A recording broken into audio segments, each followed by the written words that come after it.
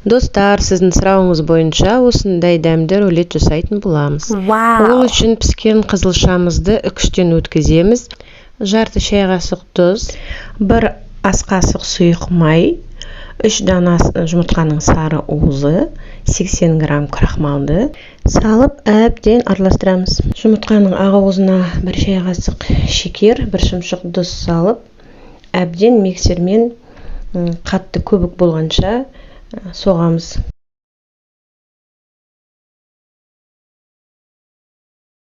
Көбігімізді жаңағы қызылшамызға 3 бөліп салып, әбден араластырамыз.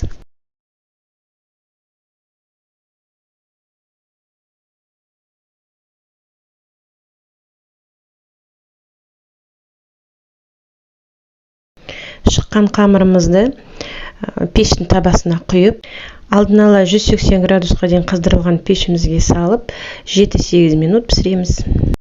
Табаға төсейтін қағазымыз міндетті түрде тегіс болуға тиіс. Әйтпесе өрескеп қағазға қамырымыз жабысып қалады.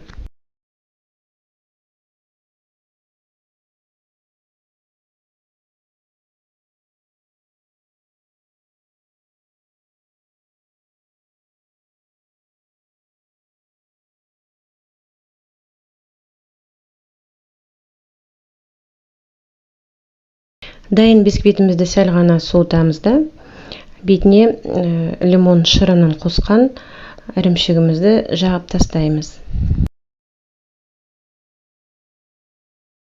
Ірімшіктің бетіне бисквиттің шетінен бастап, майшабақтың етін төсеп, бисквитімізді домалатамыз. Дайын рулетімізді жабысқақ пленкеге ораймыз да, тон аздықшқа 4-5 сағатқа қоямыз. Достар, менің каналыма тіркелуді ұмытпаймыз. Саусағы жоғары лайк басамыз. Жылы лебіздер білдірген үшін алдын ала көптен көп рахмет. Астарың дәмді болсын.